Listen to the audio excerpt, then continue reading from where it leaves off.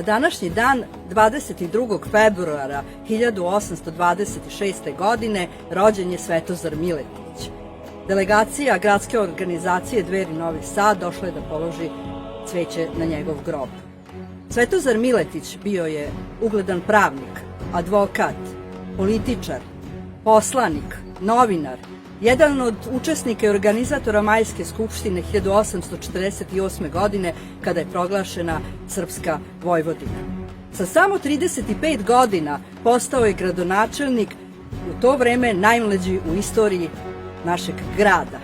Odmah po dolasku na tu odgovornu dužnost uveo je srpski jezik kao zvanični jezik grada Novog Sada, a boje srpske trobojke postale su simbol našeg grada.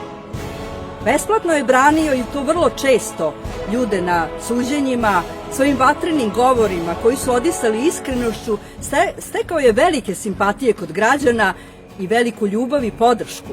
Pa je jednom prilikom Jovan Jovanović Zmaj rekao: "Evo ga ide Svetozar Miletić, dište decu iz kolevki."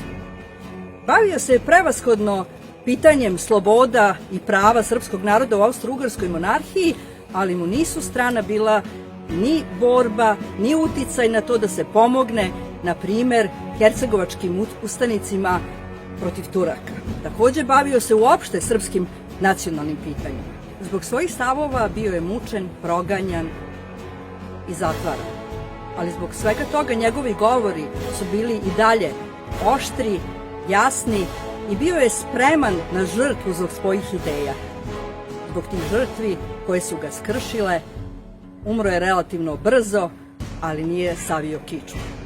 I da kažemo još ovo, naši Srbi na ovim prostorima su vekovima živeli na ideji Kosovskog zaveta, Svetog kneza Lazara, Miloša Obilića i Svetog Save.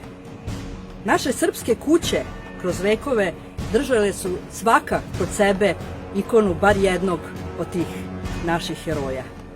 Šta bi oni rekli, šta bi rekao Svetozar Miletić danas na sve ovo što Srbija doživljava, ovakve pritiske sa zapada, i kako bi se on svemu tome suprotstavio? Sigurno ne bi sedeo mirno kući i kukao. Da se naši preci nisu ponašali kroz vekove onako kako su se ponašali, ne bi danas bilo Vojvodine u Srbiji, Boga mi, ne bi bilo danas ni Srbije.